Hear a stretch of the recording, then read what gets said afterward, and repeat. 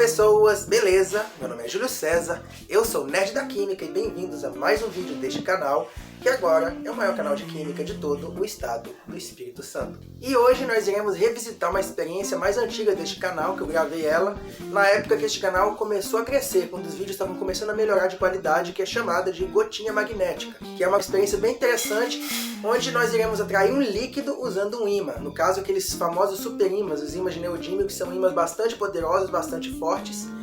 E nessa experiência nós pegamos um sal metálico, que no caso se chama sulfato de manganês, que ele pode ser comprado em algumas lojas de produtos agropecuários, como adubo para plantas, óleo de cozinha, um corante e um superímã, e nós conseguimos fazer um efeito bem interessante que nós vamos mostrar daqui a pouco numa experiência bem legal. Então, nesse vídeo nós vamos mostrar uma forma pouco usual de magnetismo, onde nós temos um ímã atraindo uma coisa que não é um metal ou um objeto ferroso, e sim, no caso, uma solução de um sal metálico, que aliás nem é um sal de ferro, é um sal de manganês, que é um elemento químico que não é magnético. Essa experiência ela envolve uma manifestação relativamente pouco conhecida do magnetismo, chamado de paramagnetismo, que é observada em alguns materiais, e nós vamos fazer essa experiência para vocês verem um efeito bem bacana que ela apresenta. Então, sem mais delongas, vamos para a nossa experiência.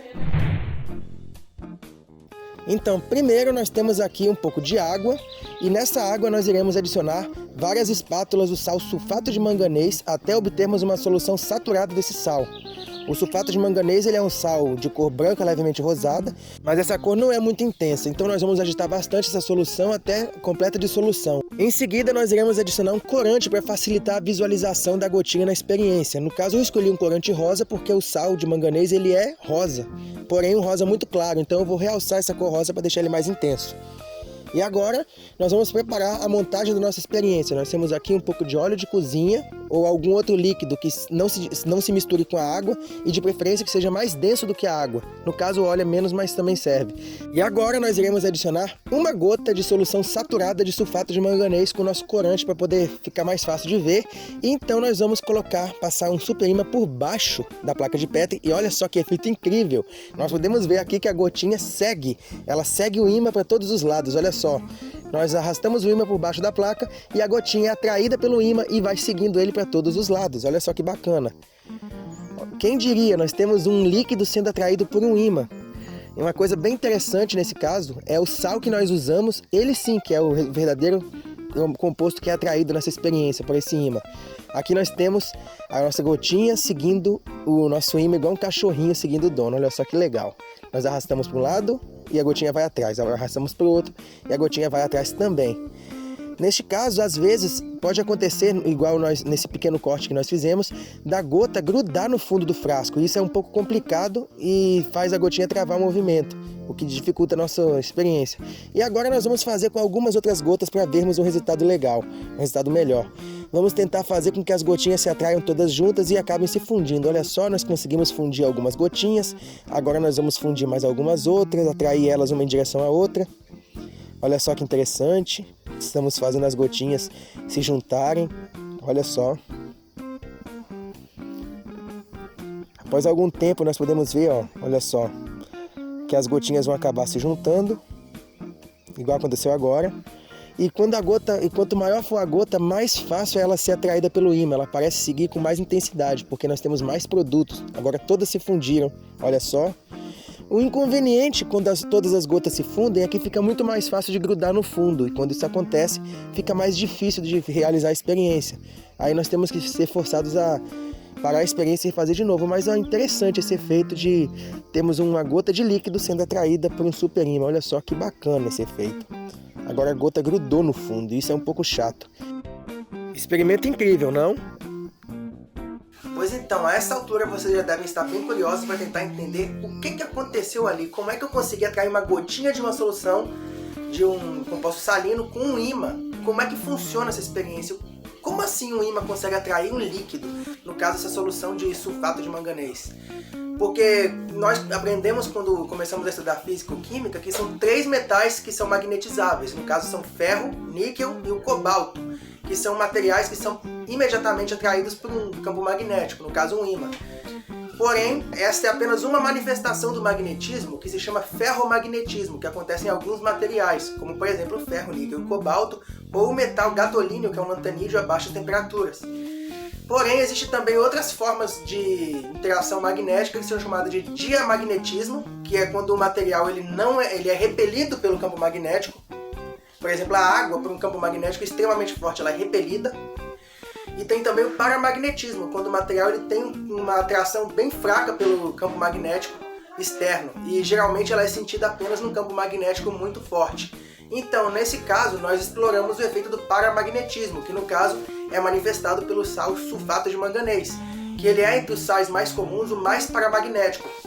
E agora, por que ele tem esse tipo de magnetismo? Por que esse sal é paramagnético? O que é exatamente que causa o magnetismo? Os elétrons eles possuem uma propriedade quântica chamada spin, que é simplificadamente uma espécie de movimento de rotação que ele apresenta e que ele pode assumir dois valores chamados, entre aspas, para cima ou para baixo. Nesse caso, o spin ele é tipo uma espécie de campo magnético intrínseco do elétron, ou seja, além de possuir uma carga elétrica, no caso negativa, os elétrons eles também possuem um campo magnético próprio. Dessa forma, sempre que nós temos um elétron, ele possui um campo magnético, um momento magnético que é o spin. Os materiais diamagnéticos são aqueles em que todos os elétrons dos átomos, das moléculas ou dos íons que o compõem estão organizados em pares, ou seja, cada orbital que forma esses átomos tem dois elétrons e eles estão emparelhadinhos. Com isso, esse átomo ele não possui nenhum campo magnético residual dos elétrons, ou seja, todos os campos magnéticos dos elétrons que estão, digamos, para cima, são neutralizados pelos elétrons que estão para baixo. Por exemplo, as substâncias mais comuns são diamagnéticas, por exemplo, a água, o grafite, enxofre, gás carbônico. Todas as substâncias normais são formadas por moléculas covalentes comuns, e também compostos iônicos como sal de cozinha, entre outros. Esses compostos mais comuns eles são diamagnéticos, ou seja, todos os seus elétrons estão em pares e com isso ele possui um magnetismo de zero e por isso esses materiais eles não são atraídos por ímãs.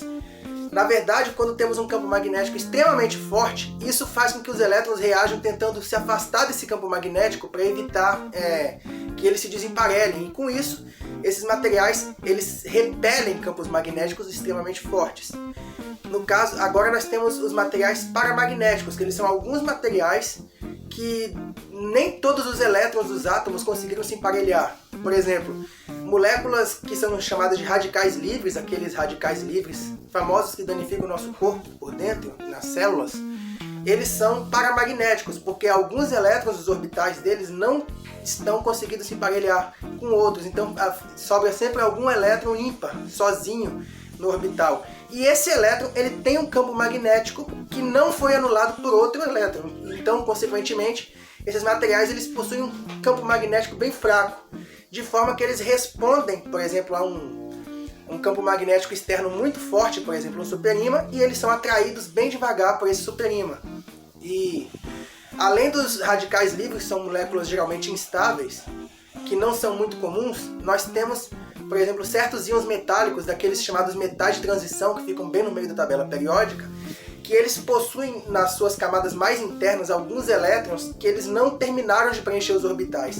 Então, metais de transição, eles via de regra, eles são paramagnéticos, tanto na forma de metal puro como na forma de sais metálicos e íons. Por exemplo, os íons de ferro, eles possuem geralmente entre 4 ou 5 elétrons desemparelhados em suas moléculas, dependendo do estado de oxidação.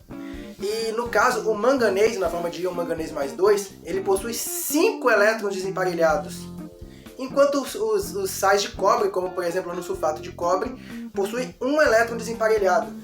Como esses materiais possuem elétrons desemparelhados, que não estão formando pares, cada um desses elétrons eles tem o seu próprio campo magnético que não está sendo anulado por outro elétron.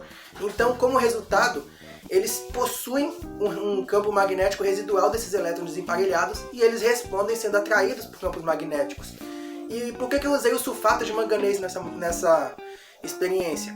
O sulfato de manganês ele é entre os sais mais comuns o que é mais paramagnético e é mais solúvel em água, porque ele é um sal que é bastante solúvel em água, ele forma uma solução bem concentrada e ele tem 5 elétrons desemparelhados em cada íon, ou seja, comparado a outros íons como por exemplo o sulfato ferroso que tem só 4, O sulfato de cobre que só tem um, ele tem 5 elétrons, e quanto mais elétrons desemparelhados tiver um material, mais paramagnético ele é e mais facilmente é atraído por ímãs. Então, nessa experiência, como nós vimos, foi preparada uma solução bastante concentrada do sal sulfato de manganês, com um corante para dar um pequeno contraste para facilitar a visualização da gotinha. Depois nós colocamos o óleo de cozinha dentro da placa de Petri, porque o óleo de cozinha não se mistura com a água, de modo que ia ficar uma gota separada do meio. E nós colocamos uma gota dessa solução e assim nós conseguimos fazer uma gota de uma solução de sulfato de manganês naquela placa que fica sem estar grudada, por exemplo, no fundo. Ela está relativamente livre para se mover naquele meio, e com isso a gente pode passar um superímã por baixo, e aí, nesse caso, nós podemos ver o paramagnetismo dessa substância em ação, ou seja, um ímã muito forte que está conseguindo atrair cada íon de manganês que está naquela solução. Está atraindo um átomo por vez, e todos esses íons de manganês, sendo puxados pelo campo magnético, acabam arrastando junto com ele toda a gota e tudo que tem ao redor dela também. E por isso nós conseguimos fazer a gota seguir o ímã daquele jeito, porque o campo magnético muito forte do superímã é tão forte que ele consegue atrair até os materiais com campo magnético mais fraco, no caso, que é o sulfato de manganês, que é um sal paramagnético. Esse efeito também seria possível com alguns outros sais, como o sulfato ferroso, o sulfato de cobre, só que como eles têm menos elétrons desemparelhados, é muito mais difícil ele ser atraído por ímã do que o sulfato de manganês. Então é isso, gente. Espero que vocês tenham gostado bastante do conteúdo desse vídeo. Peço para vocês que inscrevam-se no meu canal, que deixem seu like para ajudar o crescimento deste canal, me ajudar a divulgação científica.